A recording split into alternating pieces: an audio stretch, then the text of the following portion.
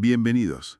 Hoy, vamos a sumergirnos en un periodo realmente fascinante y convulso, del ajedrez, 1993 a 1995.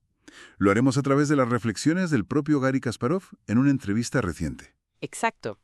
Exploraremos sus recuerdos del match contra Nigel Short, la llegada de esa nueva generación de rivales, cambios importantes en el patrocinio como lo de Intel y, momentos clave que marcaron esa época. Es, la verdad, una ventana privilegiada a la mente de un campeón bajo muchísima presión. Nuestra meta hoy, sacar las claves de esta etapa, ¿no? Tanto dentro como fuera del tablero, basándonos siempre en lo que Kasparov contó.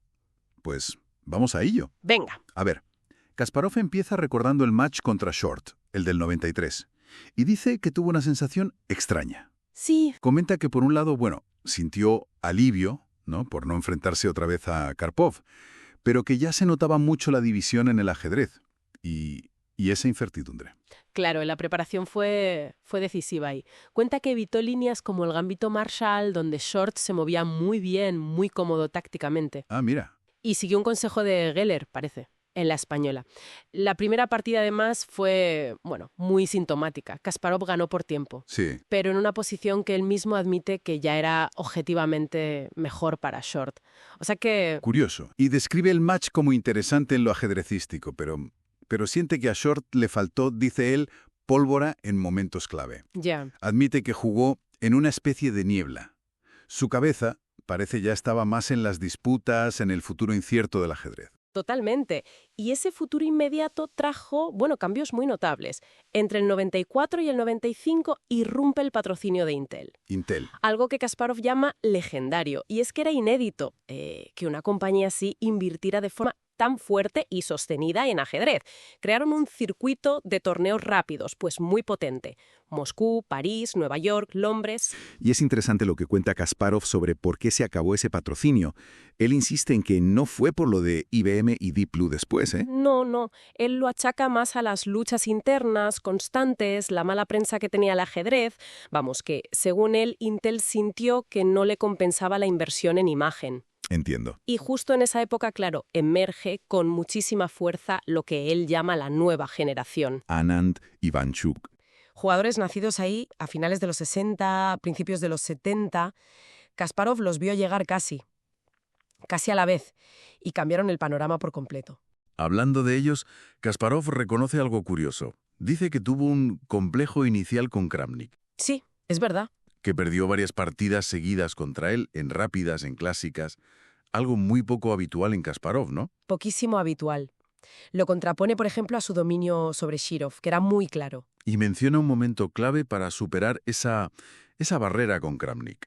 Fue una victoria en Novgorod, en el 94. Eso es, preparó a fondo una línea específica en la siciliana, en la Raucher, y le funcionó. Fue como un punto de inflexión psicológico para él. También toca brevemente el incidente de pieza tocada con Judith Polgar en Linares 94.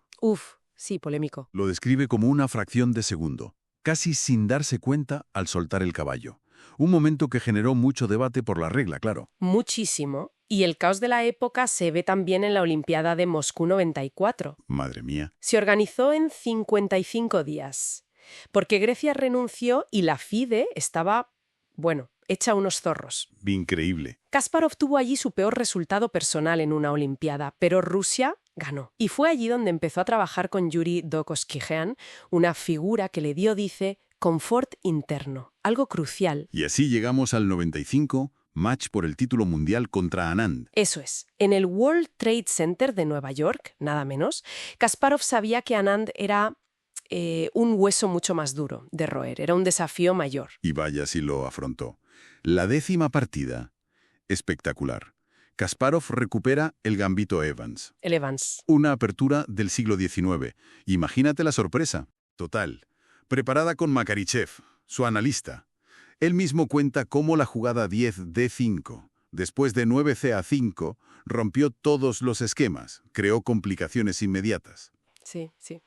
Lejos de las líneas tranquilas que quizá Anand esperaba, fue una miniatura brillante esa partida. Una demostración de dinamismo. Totalmente. Kasparov dice, citando al equipo de Anand, que aquello dejó a Vishy en shock. refleja muy bien esa búsqueda constante de desequilibrio, de complejidad, más allá del juego posicional puro. Muy típico de él en esa etapa tan movida. La verdad es que es fascinante. Hemos visto a un Kasparov no solo como el jugador dominante que era, sino como una figura central, intentando navegar un ajedrez que se estaba reinventando, con tensiones políticas, formatos nuevos como los de Intel y la llegada de todas estas estrellas. Sí, lo que queda claro de sus reflexiones es que fue un periodo de una presión tremenda y de adaptación constante. Tenía que innovar en el tablero y a la vez manejar todo el caos que había fuera. Esa es una clave de la época, sin duda. Y para terminar, quizá una reflexión que nos dejan estas memorias.